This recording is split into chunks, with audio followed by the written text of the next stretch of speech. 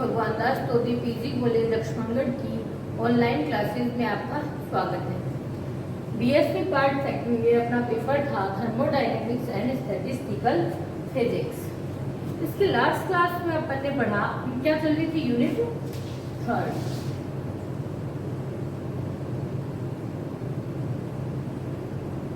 Last class में अपन ने देखा स्टैटिस्टिक्स क्या होती है, जिसमें किसी निकाय या कणों के समूह का किसमें जो मैक्रोस्कोपिक प्रॉपर्टीज है उनको माइक्रोस्कोपिक प्रॉपर्टीज में एनालिसिस किया जाता है।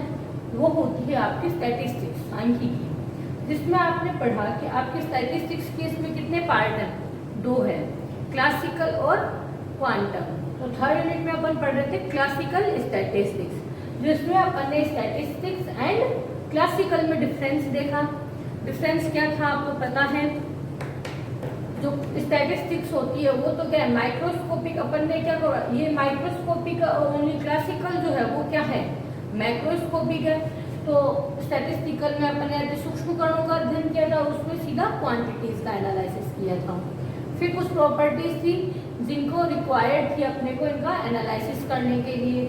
फिर क्या था, स्टैटिस्टिक्स क्या है, एक जटिल फॉर्म है, जटिल रूप है एनालिसिस करने में, एक कॉम्प्लेक्स फॉर्म है जिसमें अपने को क्या है कोई एडवांस फॉर्मूला चाहिए स्टैटिस्टिक्स और मैथमेटिक्स का, जिससे अपन रिजल्ट निकाल सके। और क्लासिकल में क्या होता है, अपने पास ओनली एक सिंगल फॉर्मूला होता है इसको एक्सप्लेन करने के लिए। देखो अपने को पता है कि अगर अपन एनालिसिस करते हैं, एक पढ़ रहे माइक्रोस्कोपिक और मैक्रोस्कोपिक, तो पता है एक तो अपन ने कंबाइंड लेयर से देख के बता दिया, देखने में किसी चीज को लेना, हाँ ये ऐसा लग रहा है, हाँ ऐसा होगा अपन ने कह दिया, तो वो तो क्या हो गया उसका क्लासिकल होगा। उसके कंबाइंड फॉर्म को अपन ने एक अपन उसकी चीजें देखेंगे, किसी भी सिस्टम है उसमें अलग अलग, उसमें जितनी भी चीजें हैं, कोई सिस्टम है इसमें ये कितने पार्ट है इसके, ए बी सी डी, इनका एक तो अपन अलग अलग एनालिसिस करेंगे या इसको दूर से, हाँ ठीक है, फिर अपन वो तो वो क्लासिकल एक ए में क्या है, इसकी प्रॉपर्टीज क्या है, इसकी क्या है, इसकी क्या है, ये सब किस में आता है, ये आता है आपके स्टैटिस्टिकल में। तो देखो यही जो आपका स्टैटिस्टिक्स है ये अलग अलग एनालिसिस किया जाता है। ये तो क्या है क्वांटम फॉर्म उसकी, और ये सीधा डायरेक्ट अपन ने बता दिया, तो ये क्या है उसकी क्लासिकल। तो देखो ज्यादा जो अच्छी होगी, जो ज्यादा अपने को लगेगी कि इसके रिजल्ट ज्यादा सही होंगे, वो इसकी ज्यादा चांसेस रहेंगे।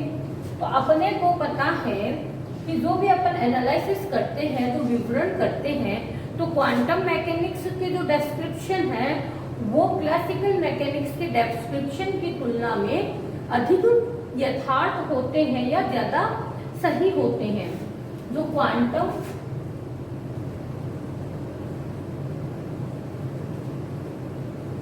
मैकेनिक्स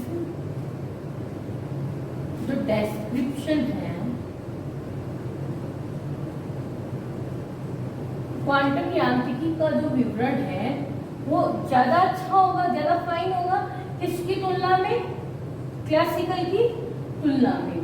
तो अब बात आती है कि अपने को पता है क्वांटम यांत्रिकी के जो विवरण दिया हुआ होता है वो ज्यादा यथार्थ है क्लासिकल की तुलना में। तो अपने को करना क्या है, तो फिर भी ऐसी कौन सी अवस्थाएं हैं जिनमें अपने को चिरसम्मत यांत्रिकी यानी क्लासिकल स्टैटिस्टिक्स को फॉलो करना होता है, या जिनका जो वर्णन है वो क्लासिकल स्टैटिस्टिक्स की सहायता से ही संभव है। तो अपने को उसकी पोजीशन से देखनी है। तो क्या पढ़ेंगे अपन, चिरसम्मत सन्निकटन की वैधता के लिए आवश्यक शर्तें या condition for validity of classical approximation. अपना जो आज का टॉपिक रहेगा वो है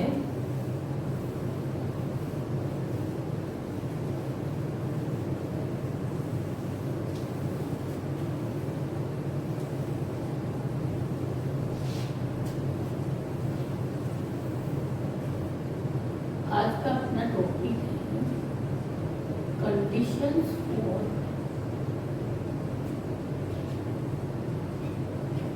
वैलिडिटी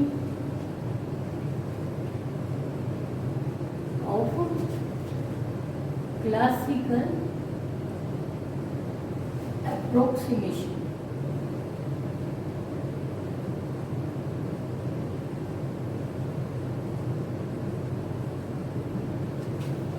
संबद्ध सन्निकटन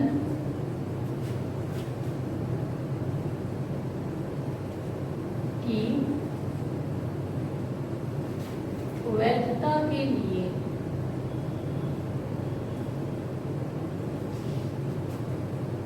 आवश्यक शर्तें।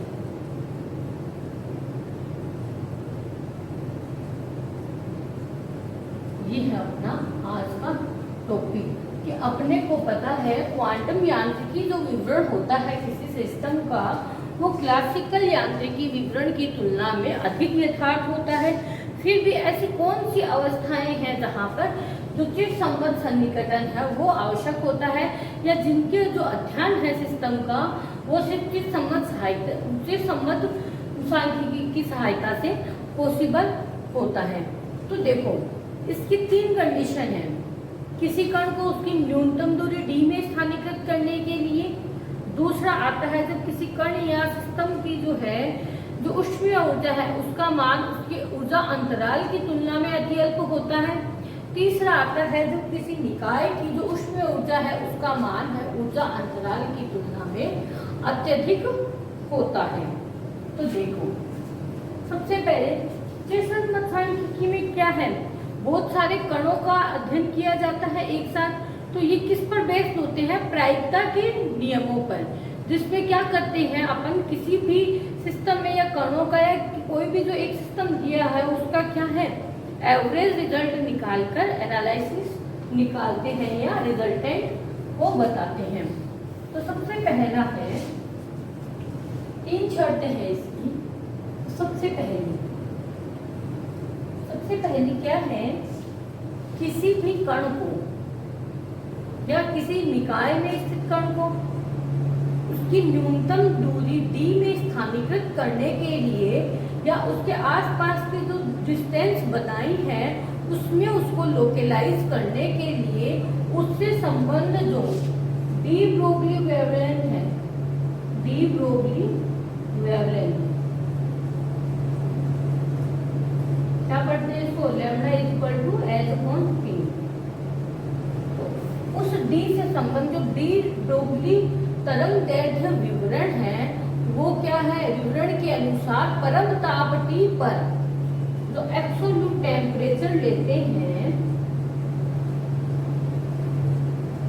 परम ताप T पर उसके ऊर्जा अवस्था E में होने की प्रायिकता किसके समानुपाती होती है, e की पावर -e/kT के समानुपाती होनी चाहिए। तो निकाय में स्थित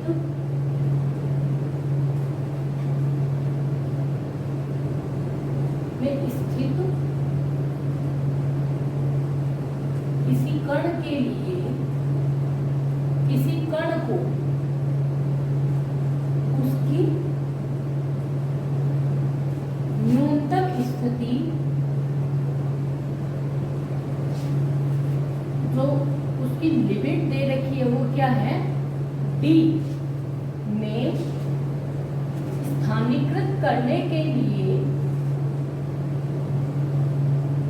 स्थानीकृत मतलब उसको लोकेलाइज करने के लिए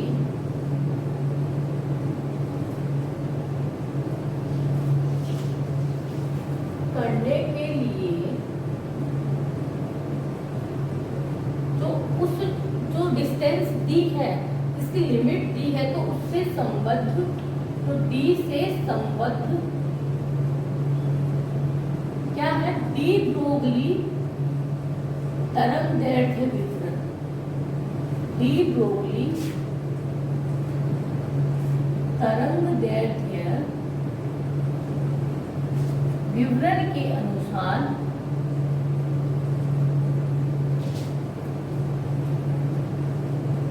कौन से ताप पर, परम ताप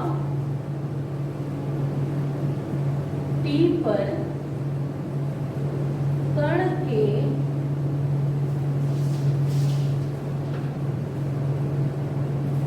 ऊर्जा अवस्था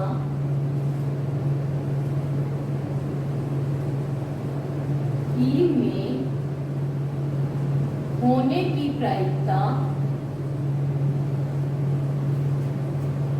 इसके समानुपाती होती है, e की पावर माइनस ई अपॉन KT के समानुपाती होती है। तो ये सब इसमें आपके 11th में भी था, 12th में भी था। कॉम्पटन इफेक्ट अपन पढ़ते हैं, जो हाइजेनबर्ग का अनिश्चितता का सिद्धांत अपन पढ़ते हैं, वहाँ पर अपन देखते हैं रेले जीन्स का नियम वगैरह। वहाँ पर क्लासिकल क्वांटम का बेसिक अपने को दिया होता है। वहाँ अपन देखते हैं ऊर्जा की निर्भरता, कई बार लिखते हैं इसको ताप के ऊपर। तो ये इसका ये जो है ये इसका परमताप होता है, यही बोल्ट्जमान कांस्टेंट होता है, ये एनर्जी ये होती है। जब इनकी एनर्जी में डिफरेंस लेते हैं तो क्या आता है, ई एक ऊर्जा लेवल तो ऊर्जा स्तर होगा वो कैपिटल ई, दूसरा लेते हैं ई प्लस डेल्टा ई। तो सबसे पहले देखो इसमें आपके क्वेश्चन हर साल आता है कि संबद्ध सन्निकटन की वैधता के लिए आवश्यक शर्तें लिखो। इसकी 3 शर्तें हैं। तो निकाय में स्थित किसी कण को उसकी न्यूनतम दूरी टी में, अपन देखो क्लासिकल पढ़ रहे हैं, क्लासिकल में अपन ने क्या पढ़ा था, वही कि इसका अपन है एक साथ एनालिसिस करते तो प्रायिकता के सिद्धांतों का उपयोग किया जाता है। तो न्यूनतम स्थिति डी में स्थानीकृत करने के लिए उससे संबद्ध जो डी ब्रोगली तरंगदैर्घ्य विवरण के अनुसार परम ताप T पर जो सिस्टम है या कण है उसकी ऊर्जा की प्रायिकता किसकी समानुपाती होती है, e की पावर माइनस ई अपॉन KT की। दूसरी बात, दूसरी जो कंडीशन है वो क्या है इसकी, KT is less than equals to delta E। तो देखो इसमें क्या होता है, KT less than equals to delta E, किसी निकाय में स्थित कणों की KT क्या है, ऊष्मीय ऊर्जा है। ऊष्मीय ऊर्जा का मान उस निकाय में कि जो ऊर्जा अवस्थाओं का अंतराल है डेल्टा ई, इससे लेस देन यानी कम या अल्प या लगभग बराबर होता है। तो निकाय की ऊर्जा ई व ई प्लस डेल्टा ई की प्रायिकताओं में अत्यधिक अंतर होता है और निकाय की ऊर्जा अवस्थाएं क्या होती है, उस अवस्था में अधिक अंतर होगा तो क्या होगा, क्वांटीकृत या विविध, यानी कि अलग अलग उसकी पैकेट्स के रूप में अलग अलग कुछ कणों की ऊर्जा ये आई, कुछ की 7 मेगा इलेक्ट्रॉन वोल्ट पढ़ते हैं, कुछ की 10 आई, कुछ की 15 आई, तो उनमें 7 की जगह 20 आ गया, 17 आ गया, ऐसा करके काफी डिफरेंस होता है। तो इसका क्या होगा, निकाय में स्थित कणों की ऊष्मीय ऊर्जा का मान, ऊष्मीय ऊर्जा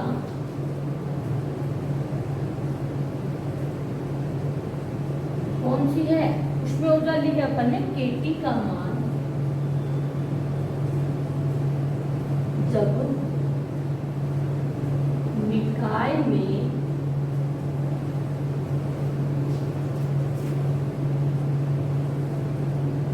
कणों की ऊर्जा अवस्थाओं के अंतराल, ऊर्जा अवस्थाओं के अंतराल, अंतराल क्या लिया है, डेल्टा ई, डेल्टा ई की तुलना में क्या है, अल्प है या लगभग बराबर है,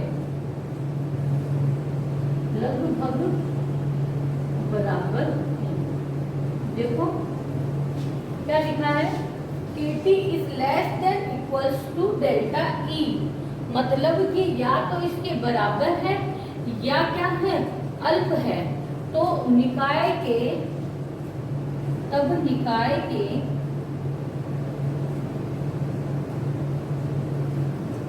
ऊर्जा अवस्थाओं,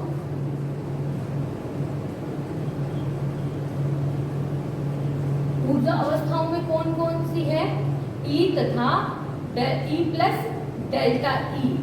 तो निकाय के या निकाय के कणों की ऊर्जा अवस्थाओं E तथा E प्लस डेल्टा E में होने की, ये देखो डी प्रॉपर्टी वेवलेंथ की होने की प्रोबेबिलिटीज में क्या है, बहुत ज्यादा अंतर होगा, होने की प्रायिकताओं में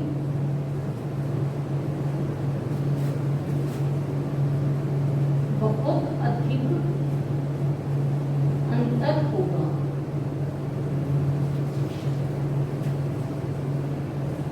देखो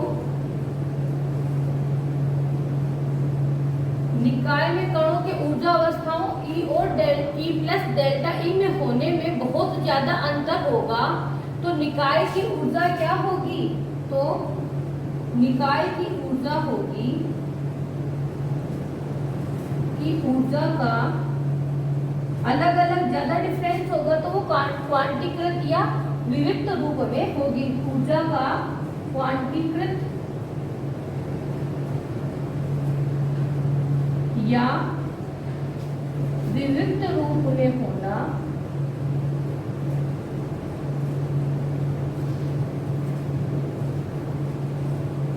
महत्वपूर्ण होगा।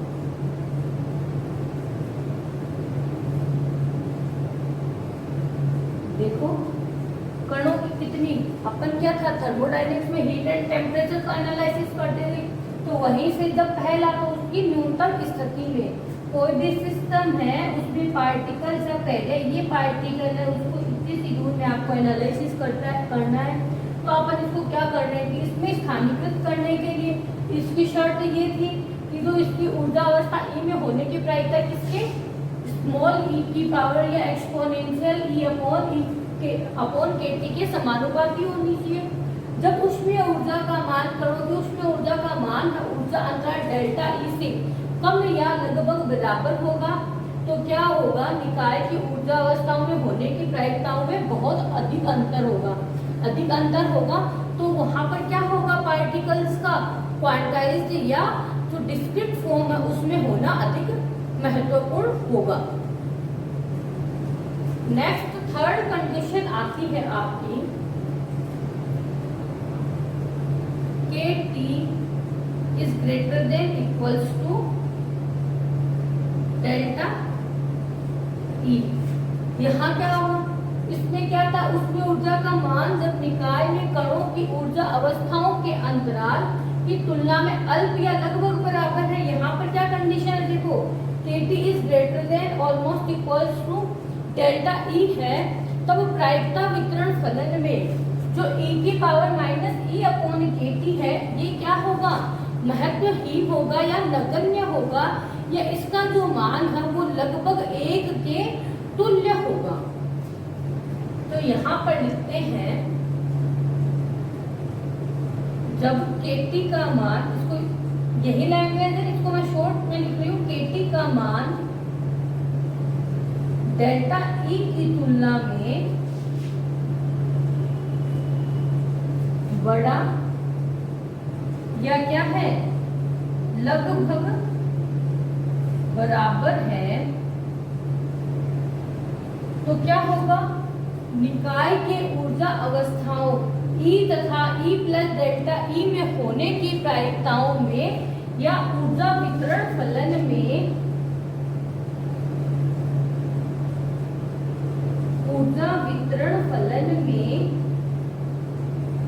E की power minus E upon KT का मान या तो नगण्य मतलब ऑलमोस्ट 0 या 1 के तुल्य होगा। पहले में E की power minus E upon KT के समानुपाती, दूसरे में क्या लिखा अपन ने, बहुत अंतर आता है तो पार्टिकल्स है उनका क्या है, क्वांटाइज्ड फॉर्म या डिस्क्रीट फॉर्म में होना ज्यादा सही रहता है। थर्ड पे जब KT is greater than almost equal to delta E होता है तो ऊर्जा वितरण फलन में जो एक्सपोनेंशियल फॉर्म है उसका मान है वो नेग्लिजिबल होता है या उसको लगभग बराबर 1 के अपन मान सकते हैं।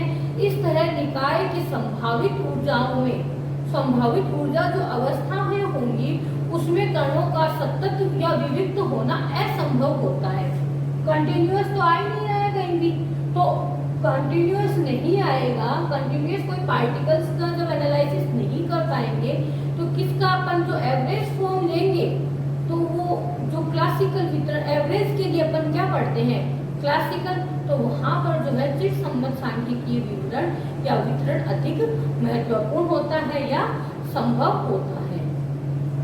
तो देखिएगा स्टूडेंट्स, ये आपकी 3 कंडीशंस थी। लास्ट वाली देखिएगा, जब ये इसका मान नगण्य होता है तो इस तरह निकाय की, मैं यहाँ लिखती हूँ,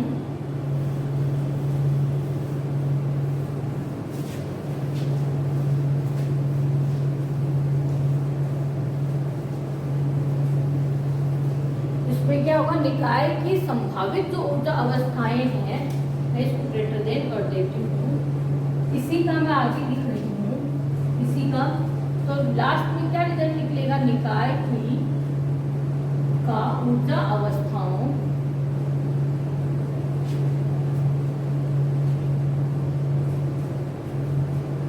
कौन सी संभावित ऊर्जा अवस्थाओं का संभावित ऊर्जा अवस्थाओं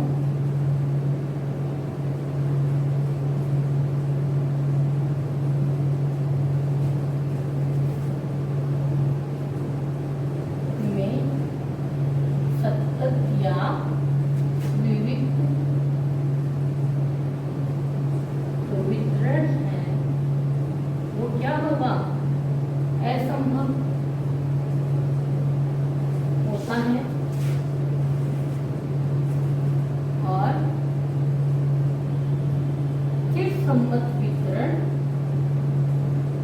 संभव हो पाता है, वितरण संभव हो पाता है।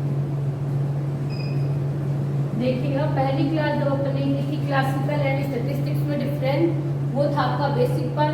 ये है कि ये क्वेश्चन आपको हर बार पूछा जाता है, 1.5 नंबर का क्वेश्चन या बड़े क्वेश्चन में 2 पार्ट करके पूछा जाता है कि त्रिसंबद्ध सन्निकटन की वैधता के लिए आवश्यक शर्तों को लिखिए। तो नेक्स्ट अपन फेज स्पेस नेक्स्ट क्लास में स्टार्ट करेंगे।